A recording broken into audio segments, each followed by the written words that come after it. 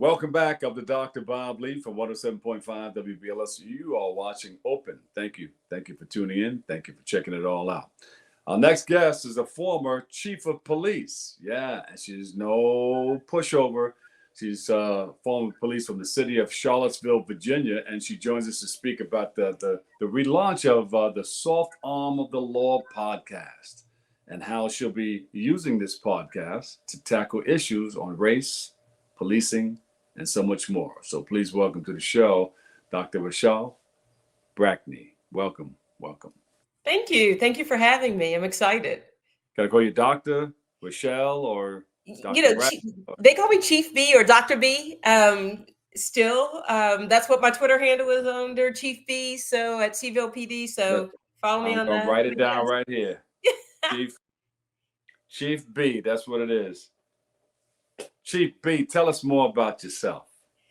So yes, exciting background. Yeah, I have a background that spans 38 years in policing. So I like to tell people I started when I was the age of 2, and they violated child labor laws back in the day.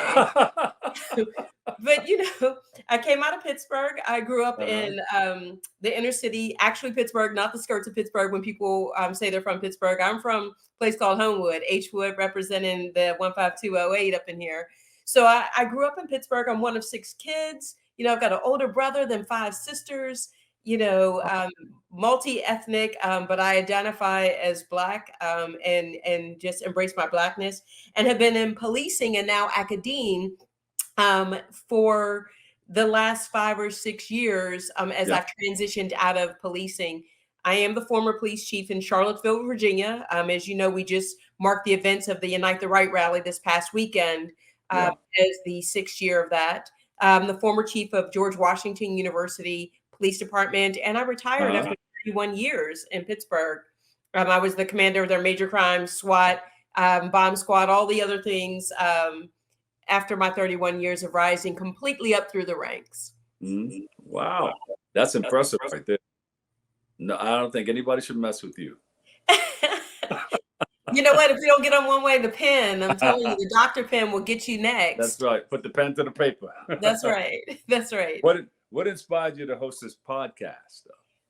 So, once I was a guest on the podcast, so formerly Carl Anthony Payne, the comedian who was better known to everybody as and loved as Cole on the Martin Show, had me on as a guest. And the focus previously was on careers of Black officers in law enforcement. So it was really just a narrow segment.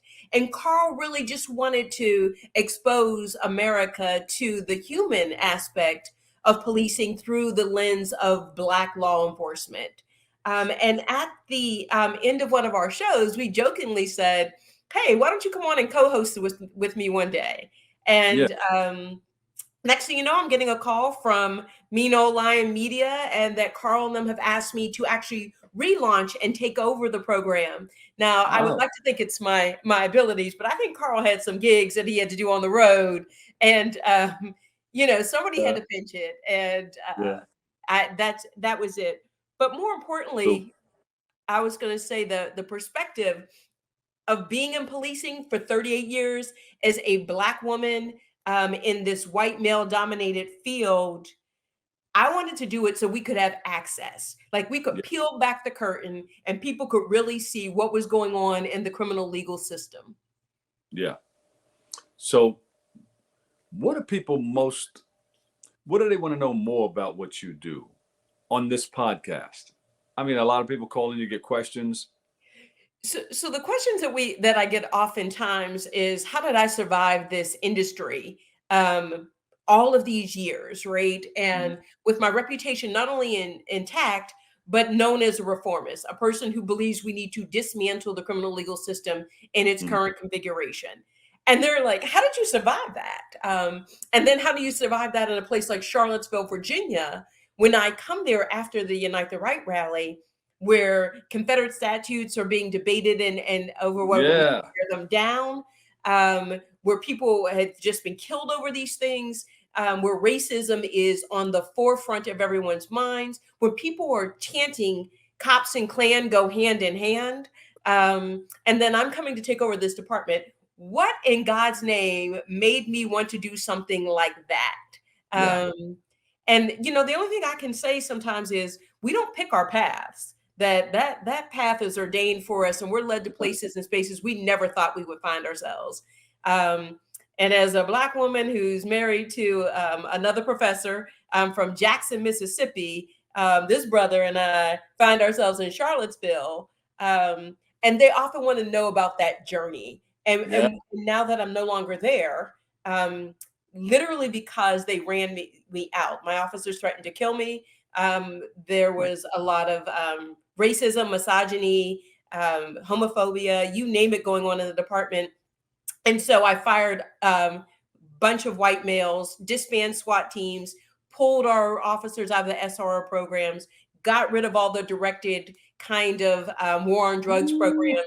And next thing I know, I literally have a target on my back. And my city manager says I'm no longer needed in that space. Wow. I know you wanted to get out of that space too, with all of this stuff going on. And those are some deep challenges back then. That's a book right there. You can take that. Work with me because I'm writing my first book. All right. Yeah, The Bruising of America, When Black, White, and Blue Collide. It's called The Bruising of America, When Black, White, and Blue Collide. Wow.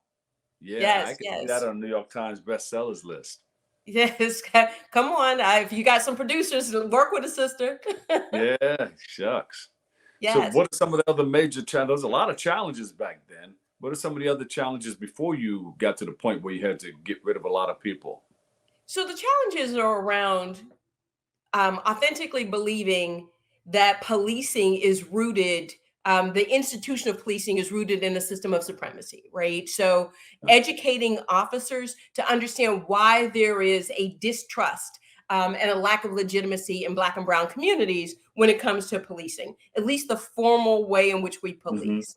And a lot of my guests, so we've already started recording, we've already started launching some of these. My guests, I forced them to confront the issues around the entire criminal legal system, including where police officers have been involved in formal lynchings of individuals across the United States with impunity. So what does that look like to confront that today when that's been part of your legacy?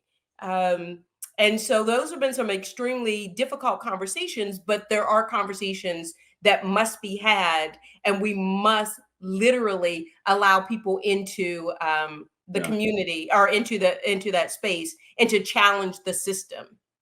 And what did your family think about all the things that you were going through, especially your husband? So my husband is I like to talk about him being this Southern genteel man. Did he say baby? But then there comes a time when you messing with his boo, right? Yeah. And then all bets are off, right? You start dropping titles. This is a professor who, is also an alpha. He's like, I went to HBCU in Tougaloo, Mississippi. Like now, gloves are off. You messing with my baby. And my family was like, listen, if you can't catch a case, some of us can. So that's how my family felt about it. But we're grateful that I moved out of that space. And now I'm working as a distinguished full professor at George Mason University. I'm a lecturer at Carnegie Mellon University. And in January, I'll start a fellowship at Harvard to work on a social justice impact project of my interest. I'm loving it. We got to follow you. Please do, please. And follow some of my guests or people that you will know. I will be interviewing Hawk Newsom, who's from the Bronx, about the intersectionality of Black Lives Matter and policing. I've interviewed the former mayor of Charlottesville, Nakia Walker, who was the first Black female mayor of Charlottesville, and after the Unite the Right rally. You'll hear from a former chief, Lou Dekmar, in LaGrange, Georgia, who's publicly apologized to the community for their officers lynching a person, Austin Calloway, 70 years before he took over that department, and the impact that had on the community and police relations. So I'm going to get into it. When we talk about the Black arm of the law, I'm touching some folks. Wow. How important is it for youngsters to find out about this? People coming out of junior high, high school into college. So you know what? Those are the ones we're hoping to educate and to reach, right? That's how they get their information. The majority of those persons who are 18 to 25 or 18 and below, they get most Yeah. of their information from podcasts, TikTok, and their social media. So if we can get them to reach in, to subscribe, to comment, to respond to Black Armor the Law podcast, and to talk to us about the things they want to know about, we will get the person on that they need to hear from. Yeah. Doctor, you're doing some wonderful things. I don't know how you do it, but somebody's got to do it. And what better person than you? Thank you for Well, all that you do. And thanks for coming on to BronxNet, too. thank you for having me. And I look forward to the next time our paths cross. Yeah, well, let's do this again. We need to know more, too, about what you're doing on BronxNet. So let's do it again. Whatever you do, Absolutely. we want to know about. Thank you. Social media, website. So you can reach me at Black Armor the Law on Instagram as well as on Twitter. And my personal one is at Chief B at Seville PD. Chief B, thank you so much. Thanks for joining us. And God bless you. Thank you for having me. All right. RaShall Brackney, Dr. Brackney, Chief B, yeah, former police chief and host, Black Arm of the Law podcast. We'll take a quick break right here. We got more coming up next on Open.